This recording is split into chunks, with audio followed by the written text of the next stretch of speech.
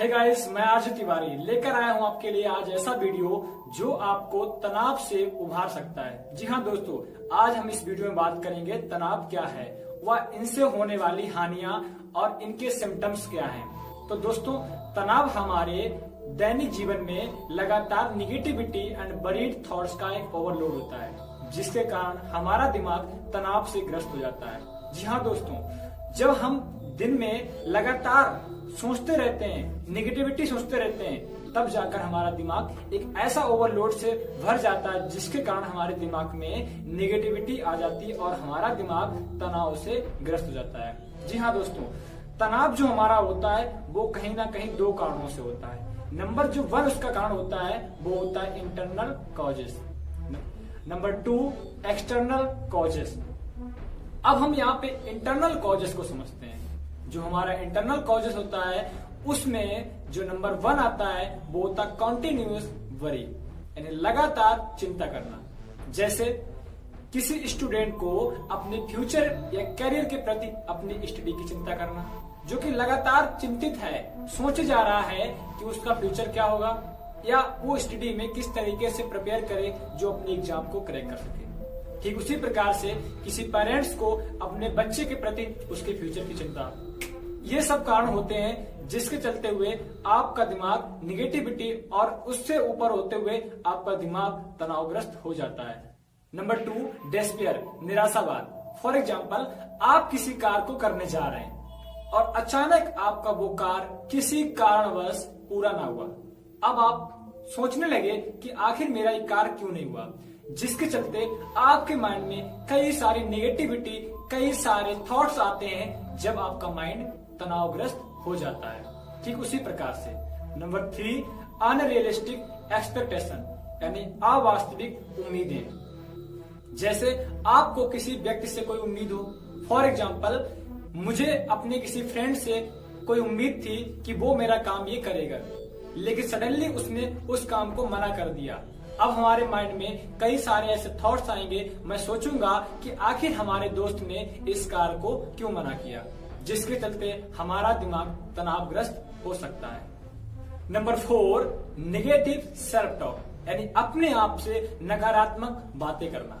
For example, मैं swimming pool में जाता हूं स्विमिंग करने के लिए, लेकिन सडनली मेरे माइंड में एक नेगेटिव थॉट्स आता है कि यदि मैं स्विमिंग ना कर पाया, यदि मैं स्विमिंग पूल में डूब गया तो क्या होगा, जिसके चलते आपके माइंड में इतने थॉट्स आएंगे कि आप तनावग्रस्त होकर अपने होने वाले स्विमिंग में जो एंजॉय होता है उसको आप नहीं कर पाएंगे। तो ये होते हमारे इंटरनल कॉज, यानी हमारे अंदर के जो कॉज होते, कारण होते हैं, उनको मैंने आपको एक्सप्लेन किया। अब हम बात करेंगे एक्सटर्नल कॉज के बारे में, यानी कि बाहरी कारण।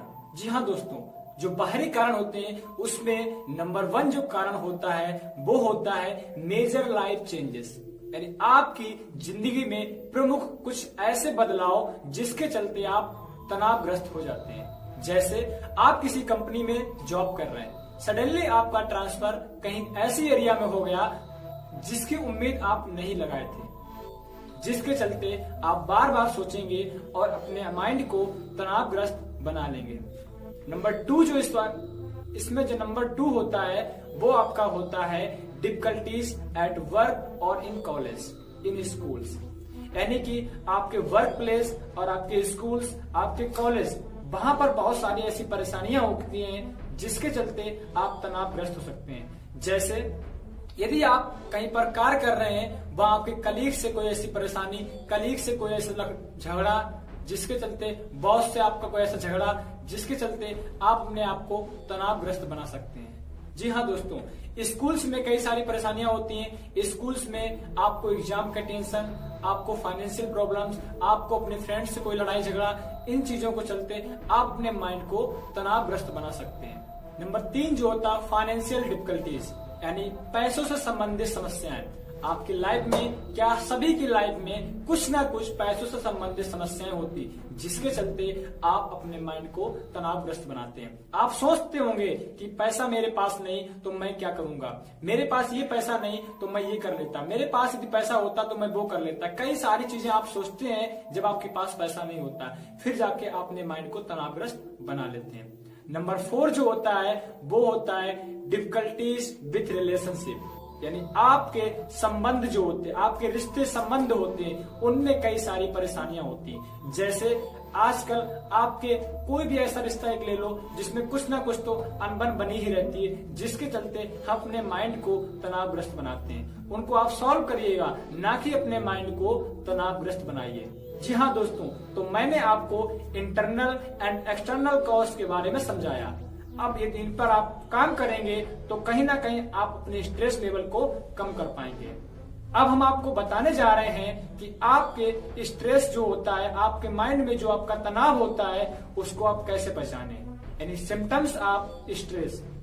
अब हम आपको स्ट्रेस के सिम्टम्स बताने जा रहे हैं, यानी स्ट्रेस जो आपका तनाव होता है उसके लक्षण बताने जा रहे हैं, जिसमें आपके 2 लक्षण होते हैं। एक होता है कॉग्निटिव सिम्टम्स, दूसरा आपका होता है इमोशनल सिम्टम्स।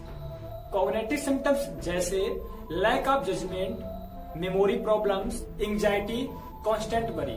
जी हाँ दोस्तों, जो आपके कॉग्निटिव सिम्टम्स होते हैं उसमें आपके हो सकते हैं lack of judgement, memory problems, anxiety, constant worry. इन चीजों से आप समझ सकते हैं कि आपके अंदर क्या तनाव है, आपका माइंड तनावग्रस्त है। ये लक्षण अगर आपके अंदर हैं तो कहीं ना कहीं आप भी तनावग्रस्त हैं। जो दूसरा हमारा सिम्टम्स होता है वो हमारा होता है इमोशनल सिम्टम्स, जैसे depression, agitation, irritability, loneliness, anger. जी हाँ दोस्तों, इन 2 सिम्टम्स से आप पता कर सकते हैं क्या आपका माइंड तनावग्रस्त है। जी हाँ दोस्तों, आप इन दोनों चीजों से आप समझ सकते हैं कि आपका माइंड तनावग्रस्त है। अगर आपके अंदर ये सब चीजें हैं तो कहीं ना कहीं आप भी तनावग्रस्त हैं। जी दोस्तों, तो अब हम आपको कुछ टिप्स बताने जा रहे हैं जिनके माध्यम से आप अपने तनाव को रिड्यूस कर सकते हैं, आप अपने स्ट्रेस लेवल को कम कर सकते हैं। जी हाँ दोस्तों, तो इन जो टिप्स मैं देना चाहता हूँ इनको बहुत ही ध्यानपूर्वक सुने। आपको आपके स्ट्रेस लेवल को कम करने के लिए कुछ टिप्स बताने जा रहा हूँ। नंबर 1 है, आप उन सभी तरीकों को नोट डाउन करें जिससे आप अपने स्ट्रेस लेवल को कम कर सकें, जैसे बैडमिंटन खेलना, घूमने जाना, अपने आप को एंगेज रखना।